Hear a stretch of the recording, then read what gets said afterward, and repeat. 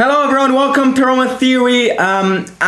Today we will be discussing Roma's transfer strategy, Mourinho's transfer strategy, what Mourinho hopes to achieve in both the January window and why not talk about the summer window as well. Because I think in today's live stream, I want to give everyone a long-term perspective of what the word transfer market could mean when you link it with Roma. So we'll talk about what Mourinho and Thiago Pinto together are planning for this transfer window, which is coming in a few weeks, we could say, but also this summer. And I think the first thing to actually kind of get into this analysis, I think we have to talk about the objectives of the team. So before getting into the stream, obviously, ladies and gentlemen, if you haven't already, make sure to smash that like button and subscribe to the channel if you're new here. But I think we can't talk about transfer market without talking about objectives, without kind of getting a picture of what our objectives are. So I'm gonna go, off and say that this is obviously, as we've said many times, this is a gradual project. This is a project which takes time, and this is one of the things which the day Mourinho arrived, he's been asking for. And I think alongside time, alongside patience, which I think is very important, I think we can slowly trace the objectives of this team under Mourinho. Because, I think one of the big reasons of why the Fredkins appointed Mourinho, apart from the fact that it helps when it comes to the marketing and merchandising, marketing and all of that, I think the initial thought of buying Mourinho, who is a manager who's got a lot of experience when it comes to winning things, was, okay, let me get him and now let me restart from the very start. It was kind of I get Mourinho, I restart from the very, very start, especially because when Mourinho came, it was basically one of the first years that the Fredkins were owners at Roma. So alongside new manager, new owners, new players, you just restart from the start, from the beginning, and you set objectives. And the objectives in the first season was to win the Conference League, and that was accomplished. The objective in this second season, I don't think it's to win any trophy. I think it's to get top 4. I think the second year objective is to try and get back where this club belongs. I think it's about getting Champions League football, which is something which is missing for quite a long while. So I think that's definitely the next step. And I think when it comes to the third year, I don't really like speaking about third years because we're still in the middle of the second year. So I don't really like kind of overhyping objectives, kind of over-glancing at objectives. But obviously, if you were to ask me, what do you think the first initial objectives are when it comes to the third year, I would lie to you if I said it's not to try and win the league. Now, obviously, to try and win the league, I think much of it depends on the transfer market. Much of it, it doesn't just depend on, okay, I'm going to set an objective and obviously that objective will be accomplished, because it's not that easy. You set objectives and it's good that we're setting objectives, but these objectives have to be met with transfer market. They have to be met with, with just not involving the team in the club in scandals like the one which Juventus is living right now. There are a lot of different factors which I think bring the team from one step to another step, from one level to another level. And I definitely think, I definitely, now obviously, saying that the third year the objective is to win the league and then saying that the third year we will win the league are two completely different things.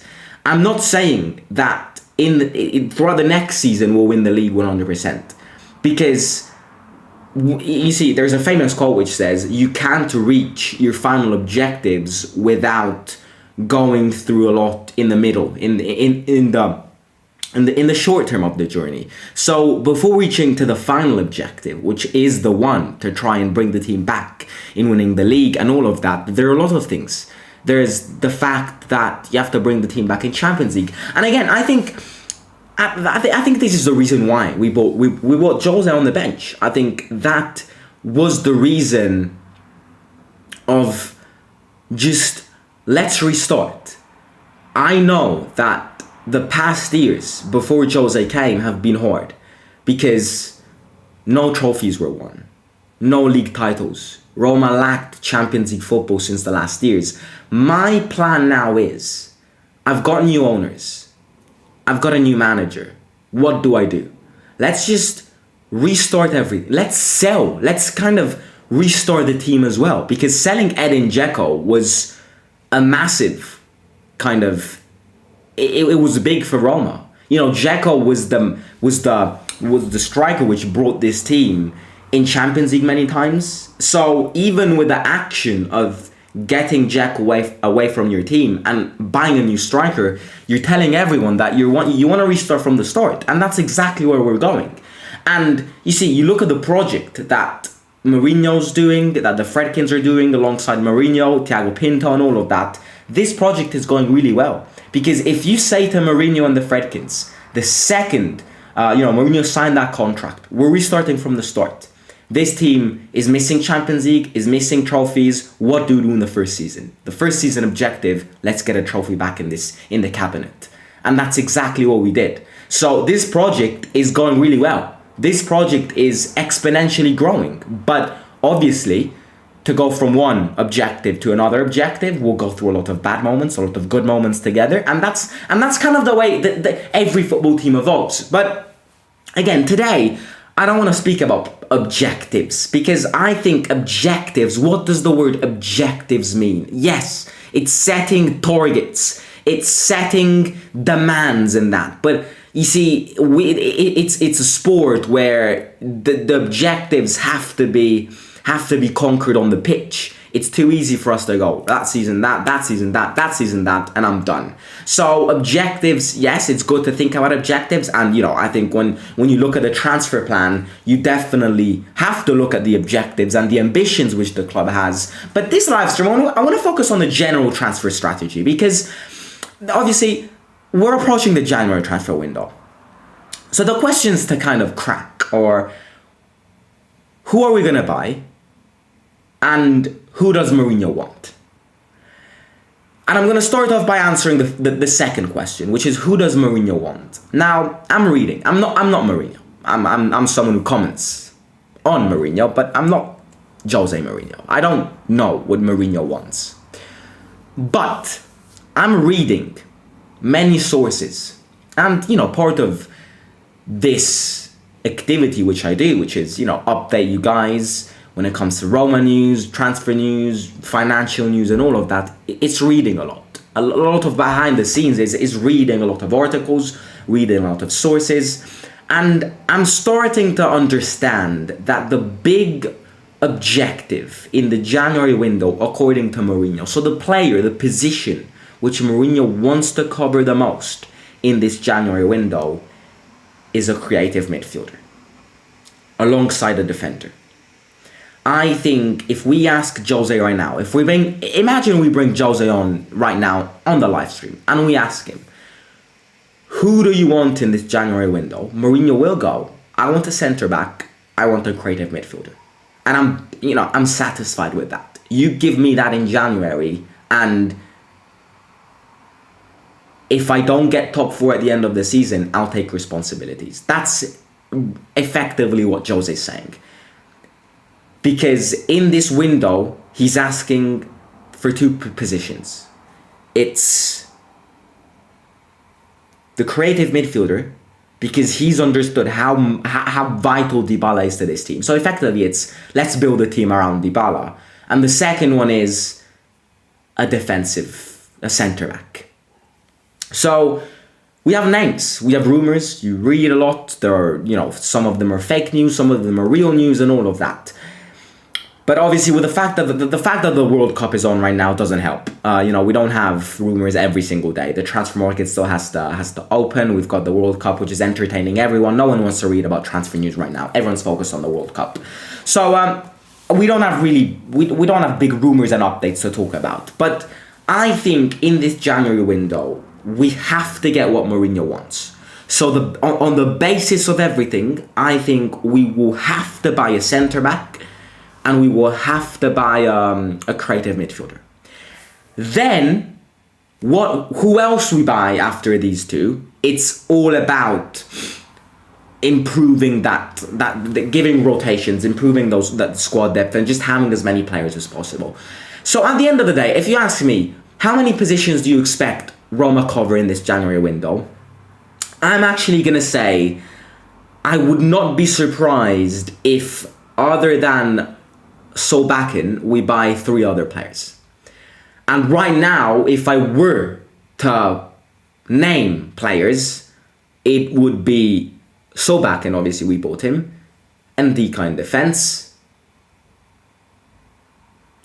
Odriozola to be the course of substitution, and the creative midfielder is the one which I can't name, because I think a lot of thoughts and processes have to go in that decision. So I'm not here to talk about the creative midfielder. Any updates, I'll update you, but I can't right now. I'm not in a position to guess who it will be.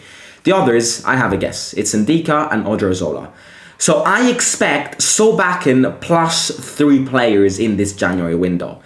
Right, if Mourinho gets a creative midfielder, a defensive midfielder, a centre-back, Solbakken, and the course of substitution, and you add on this, Dybala getting back on massive form, especially because he's having 0 minutes in the World Cup, which is massive news for us, because it means he'll be ready as a feather when it comes to January, and Wijnaldum, who is doing really well in his recovery. If we get that, we're in a great position. But that also means that if we get Dybala back fit, Wijnaldum back fit, so course of substitution, creative midfielder, and centre-back, if we get all of that accomplished by January and have all of these positions covered by the 1st of February, it also means that Jose has more responsibilities. Because if he gets what he asks for in the January window, then at the end of the season, if we don't get top 4, we cannot, he can't say, he can't find excuses. So it's kind of it's a 1-to-1. You I'm giving you what you ask for, but you need to give us top 4. And again, it's not Jose who gives up top 4. It's the players who give us top 4. So I think it's kind of these are definitely, in my opinion, the positions which have to be covered. And one thing about the transfer strategy, which I mentioned yesterday, I expect no exceptionally young players to sign in this January window. I don't think it's the time to sign exceptionally young players. Let's say, and January goes through, February goes through, March, April, May, and the end of the season comes. And the summer transfer window approaches. Because, as I said at the start, let's talk about the summer transfer window too. It's December. It's 2022. We basically have half a year to go before the summer transfer window. You can call me crazy by already speaking about the summer window, but it's good to already have extra revisions. Summer transfer window comes. The summer transfer window will massively depend on our achievements at the end of the season. If we get top 4, then expect a wild summer transfer window. If we were to go far in the Europa League and get top 4, expect an even wilder transfer market. If we don't get top 4 and, let's say we get eliminated by Salzburg, then we're back where we were this summer, which is we have to try and convince players by using ambitions of the club more than top 4 and all of that. We have to get top 4. Top 4 is not vital just for us to see the team play on Tuesday and Wednesday night. It's just for the future of the club, top 4 means so much. We're positive-minded. So let's say we get top 4. Always. #positivity. Let's say we get top 4. What happens in the summer transfer window? I expect a lot of players. obviously, I can't name the positions right now because it all depends on how players play in the second half of the season, injuries and all of that. For example, Tammy. Imagine, Tammy has two faces in this. If he performs really well, and I mean like to the levels that he scores 15 goals in this next second half of the season, then I think Tammy will stay. But at the same time, if Tammy doesn't perform, Tammy will leave. So, right now it's too early to speak about the positions which we can cover in the summer transfer window. But what happens in the summer transfer window is that right now, I can confirm this right now, is that there will be a big name. There will be another big player to the same levels as Paulo Dybala, which adds on to the prestige of the club, which adds on the branding of the club, which at the basis of everything is the real objective of the Fredkins. It's to bring this team and just give it a global impression. And by doing that, you need big names. I actually have a really big name in my mind. And again, I'm not gonna say it. And it's not Cristiano Ronaldo. It's not Cristiano Ronaldo. For everyone which just says I'm a fool by thinking that Ronaldo will join Roma, it's not Ronaldo. I have a name in my mind which I've been reflecting on, because I really can see this happen. But again, I won't say it right now. I'll say it in these next couple of weeks, in these next couple of months. But all that I'll say, I'll leave you on that plank, is that it's a player which is linked to a very critical situation with its club. And that can be a massive kind of a massive boost for this player to come. Again, I'm no one. I mean, I can't predict the future. This is just an idea. But linking everything which rotates around this idea, I think it could happen. But yeah, I'm not gonna say it right now. I'll say it in these next one. In fact, you know what? If you wanna know, smash that like button and subscribe to the channel. And yeah, I'll let you know in these next upcoming months. But expect a big name. A big name will come. A big name has to come. It's not even will it come or will it not come.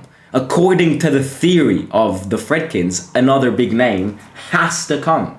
So I think again, I think transfer is it's a big word, transfer, when it comes to Roma and that, because I think with the transfer market and just by buying players and all of that, I think we can make that ascent. We can gradually kind of accelerate, because I do think that in this first half of the season, we're in a good position. We're still, fighting for top four and all of that. We're still in a massive Europa League position. But, one thing is clear. Not all of these players are good standard players. So a lot of investment has to be made in the transfer market. So, today's live stream was all about giving a broad idea of how the transfer market will work around Roma in both the January window and the summer window. So, feel free to let me know in the comments your thoughts on this, if you agree with me, the players which you expect, the players which you don't expect. And also, feel free to say and mention in the comments down below one big name which will come this summer. It will come. It will come. It has to come. So, take your guesses wild. Have fun. Let me know who you think that big name could be in the comments down below. And yeah, some big things which are coming up on the channel. In fact, as soon as we hit 6K, which would most probably be, hopefully, around the Christmas period, I'll actually give my first giveaway away. I'll actually do a first giveaway away. So stay tuned for that, because it will be interesting and it will be cool. So yeah, I'm planning to do a first giveaway in a bit. I'll definitely keep you updated. But definitely, if you haven't already, smash that subscribe button, smash the like button, follow me on Instagram over there down below in the right hand corner, over at and yeah, I'll catch you tomorrow. I think we are getting definitely more impressions of how the future of the club will work and how the future of the club will rotate. So yeah, I'll catch you very soon. Speak to you soon, y'all. Simon out. I'm gonna forget that. That's the, what do you want to call it? That's the touch, the ending touch, the cherry on the cake when it comes to the channel. The Simon out. So yeah, I'll catch you soon.